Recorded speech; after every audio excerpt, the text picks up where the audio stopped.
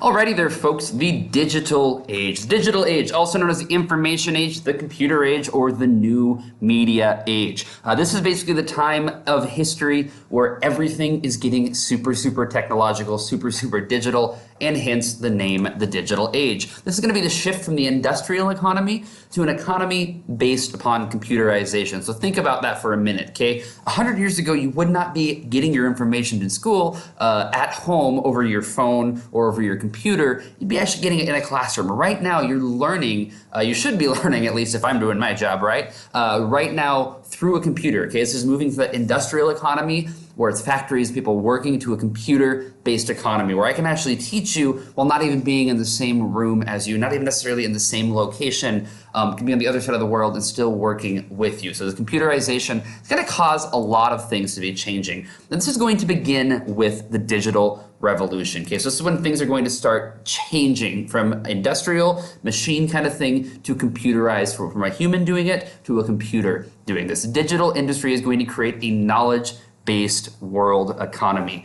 So this is going to be a world economy versus an individual economy. So what's happening in one part of the world is going to be affecting what's happening in another part of the world. Now you might be thinking, this has already been how it was, okay? After World War I with imperialism, we already really have this going on anyways, which is true, but this is going to be making it much quicker. In a matter of seconds, you can communicate with someone on the other side of the world, meaning these industries are all going to be kind of molding together to form one mega world economy. And this is all about efficiency and all about convenience. You're going to do stuff that simply works well. So it might be easier to order things online from like a company like Amazon than it is to actually walk out of your house, get in your car, drive to the store, and come back, buy it, and then come back home. It's easier and more convenient to simply order it online. That's going to cause retail stores potentially to go out of business, losing revenue coming in, because this new economy is all about efficiency, it's all about convenience.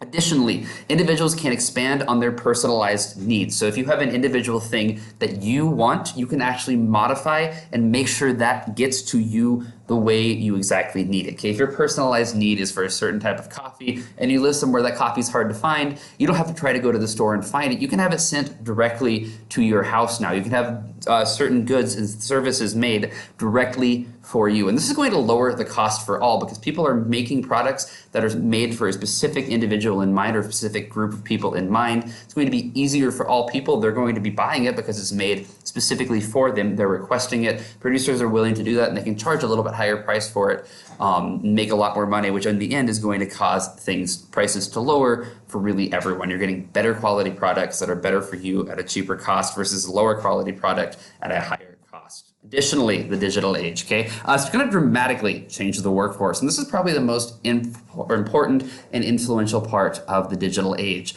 It's going to have this competitive global economy, as we've already talked about before, where you can communicate with people on the other side of the world in really a matter of seconds, back and forth, causing competition between workers from different parts of the world. And workers are going to be replaced by computers because why pay a person to do something when you can buy a machine that's going to do that thing, okay? It's going to be cheaper, and this is all about making money. So workers are going to be replaced by computers. One good example of this is going to be the assembly line.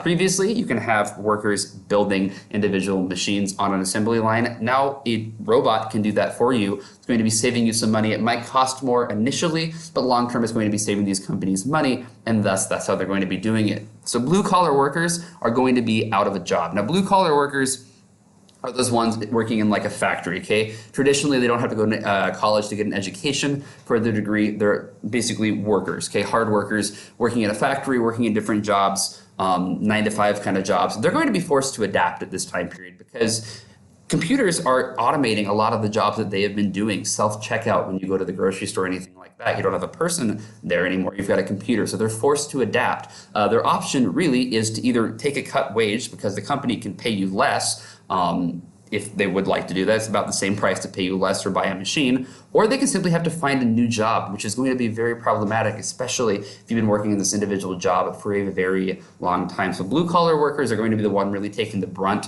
of the negative consequences with the digital age. White collar, or the ones traditionally having to go to education, higher salaries, these jobs are going to be really not as impacted quite as much by the digital age, but blue collar workers are highly impacted. It's going to cause a higher need for education-based jobs, because any old machine can do the factory and kind of building jobs, but not any old machine can do the education-based jobs. This is going to cause people to have to go back to school, get a higher education, go to college. Previously, you could really make by in the world with just a high school degree, and that's really no longer the case anymore. So it's going to be causing these things to change in a number of different ways. Developed countries are going to have an economic advantage over the undeveloped countries, though, simply because they are the ones that have these new computers. They're the ones that have the money and the workforce really to design the education background, to design a completely computerized society, whereas undeveloped countries don't have that obligation, or don't really have that ability to do that.